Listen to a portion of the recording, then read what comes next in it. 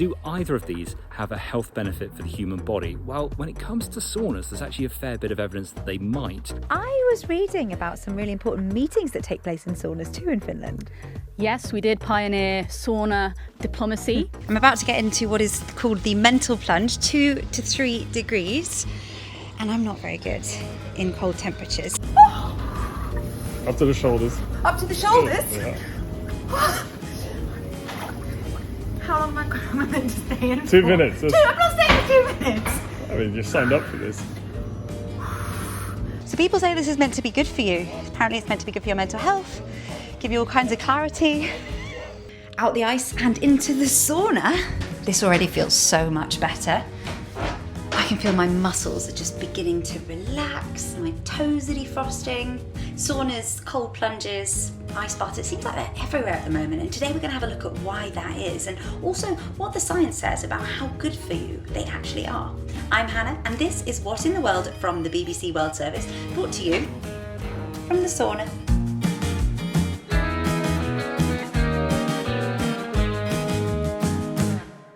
I'm back in the studio now, feeling a little bit warmer, and here we have got Amelia Janssen, who is our resident Finn. Hey, welcome back. Hello, it's good to be here. How are you, Hannah? That looked amazing. It was pretty chilly. I think I'm more of a warm-blooded person than a cold-blooded person. I couldn't do more than 10 seconds in the barrel of ice-cold water. I am proud of you for doing those 10 seconds anyway. Yeah, it felt really tingly and stabby, like my body couldn't actually tell the difference between hot and cold after a while. It was a really interesting sensation. That's one of my favourite parts about going to a sauna, actually. Obviously, because I am from Finland, I've been going since forever. I can't even remember the first time I was in a sauna, but that sticky feeling across your skin, that's one of my favourite parts, actually, of going to a sauna.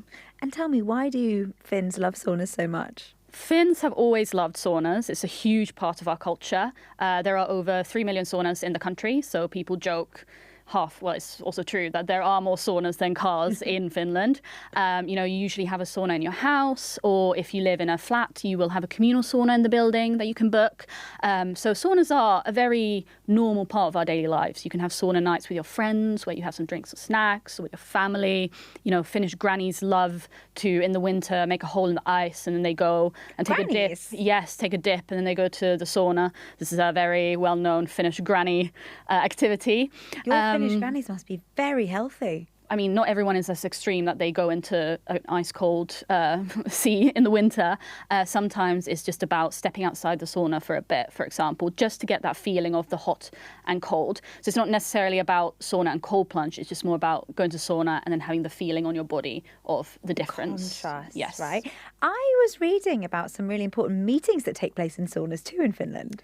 Yes, we did pioneer sauna diplomacy.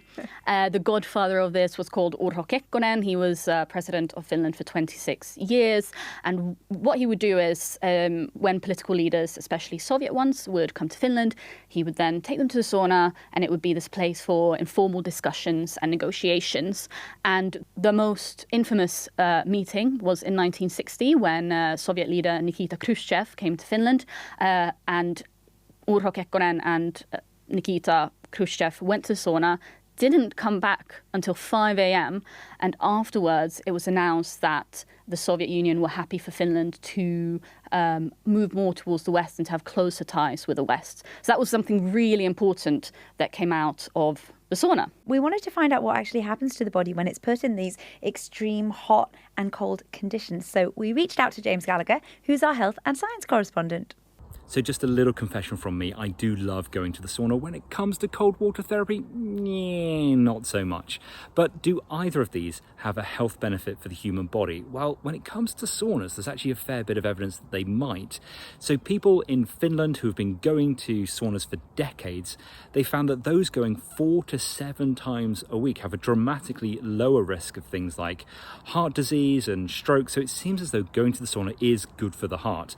Now, the reason for that is because when you're in that intense heat, your body has to fight to keep its core body temperature the same. So it opens up blood vessels all over the skin. That's why you go bright pink. And that is releasing heat. But in order to do that, your heart has to work quite hard. So it's like a mini shot of exercise. Now, when it comes to cold water therapy, there's lots of ideas, things like improving immunity or mental health, or again being good for the heart. And the truth is, there's just not the same standard and quality of research as there has been in saunas, so there's still quite a lot of arguments around whether it does have those health benefits or not. It's still being debated. Now, whichever one you go for, there's a couple of things you do need to remember.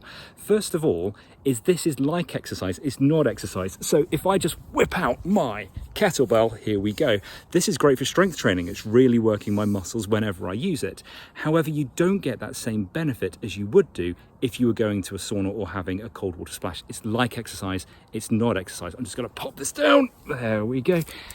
The other thing is that you need to think about your current health before you jump in the sauna or in a cold water therapy session, because they can be risky for some people because they are putting a strain on the human body. So if you are pregnant, if you have other medical conditions, thinking of things like type 2 diabetes, or if you have heart problems, there are more.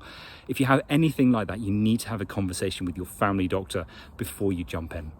Amelia, these cold plunges and saunas are getting really popular in lots of different places outside of Scandinavia now too. I mean, I even saw that there was a sauna rave here in London. Why do you think this has caught on, and just how big of an industry is it? In 2020, UNESCO made the sauna an intangible cultural heritage of humanity, so recognised it as an important part of Finnish culture. But as you said, since then, it's really spread across the world. So the business consulting firm Grandview Research estimates that the sauna sector is worth around $950 million, and that's expected to increase to $1,500 million by 2033. The biggest market is Europe, with the Nordic countries and Germany at the top, but the UK is creeping up that list. And actually, by 2033, it will be the largest market in Europe for saunas. Maybe it's because we can't control the weather, but you can control the temperature of the sauna and the cold plunge. And we have been asking you guys why you love going to the sauna and the cold plunge. Hello, my name is Ray. I'm from Singapore, but I'm currently in Lobuche on my way to Everest Base Camp in Nepal. Cold plunges and saunas, and why do I do it? My first ever cold plunge was in Solas Reformative in Singapore.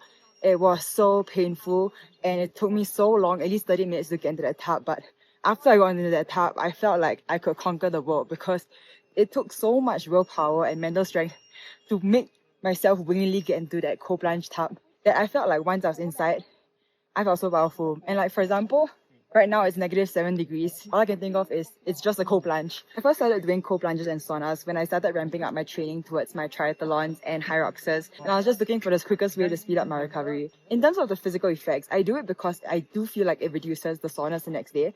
But I really do it more for the mental strength, because if I wasn't feeling awake before, then I would definitely be awake after that. It just helps me make sure I signpost my training blocks with proper recovery and resets every single time.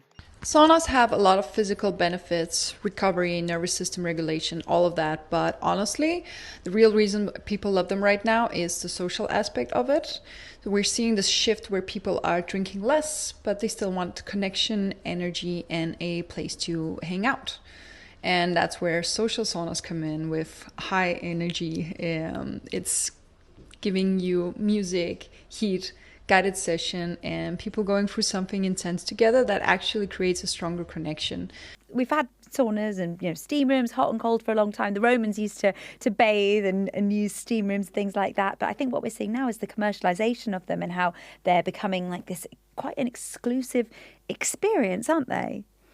Yes, it's been interesting to witness the consequences of the sauna becoming more popular worldwide, because, as you say, for example, here in the UK, if you want to build a sauna in your house, or if you even want to go to a sauna, that can be quite expensive compared to the Nordics, where it's a lot more of a communal activity. And so there are a few things that I find interesting that have kind of popped up as a result that aren't necessarily related to, the original Finnish sauna culture. In some aspects, it can be a bit of a status symbol, because, you tell others, oh, I go to sauna, because you have the money for it. And the time. And the luxury of time. Exactly. Whereas the sauna isn't supposed to be a status symbol. It's supposed to be something everyone can enjoy. And also, as you said, the commercialization.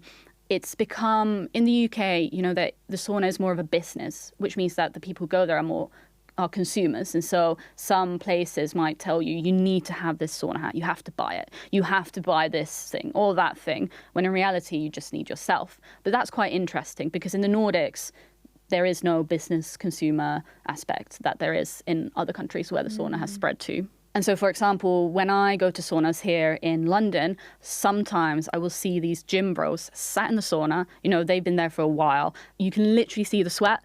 You know, they're red in the face. They're checking their watches. They just look like they're in pain. And the sauna is not meant to be a painful experience. The sauna is meant to be something enjoyable. And it's like they're competing to see how long they can endure being in the sauna, when in reality, the whole point of a sauna is the hot and cold.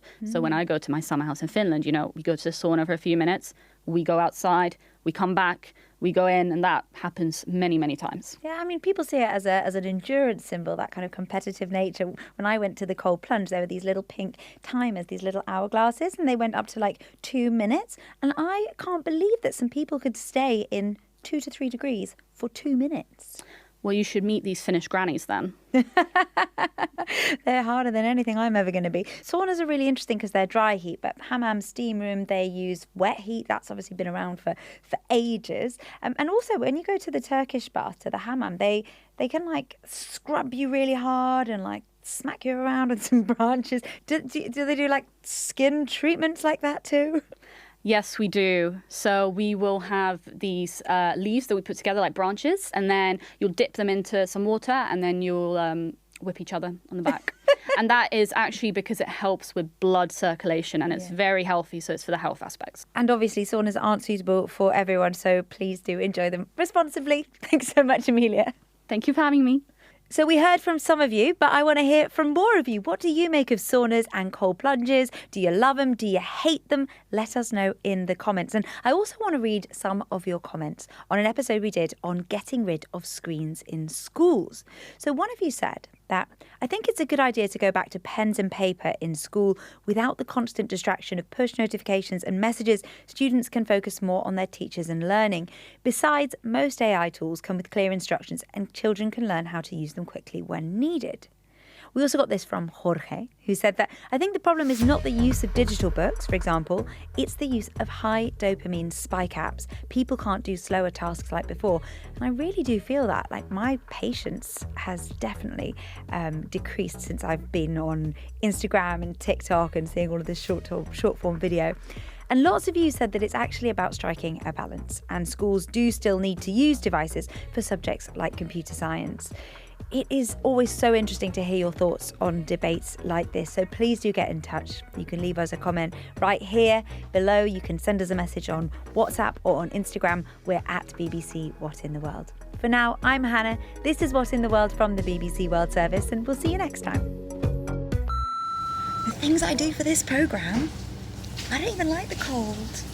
My skin is feeling amazing though.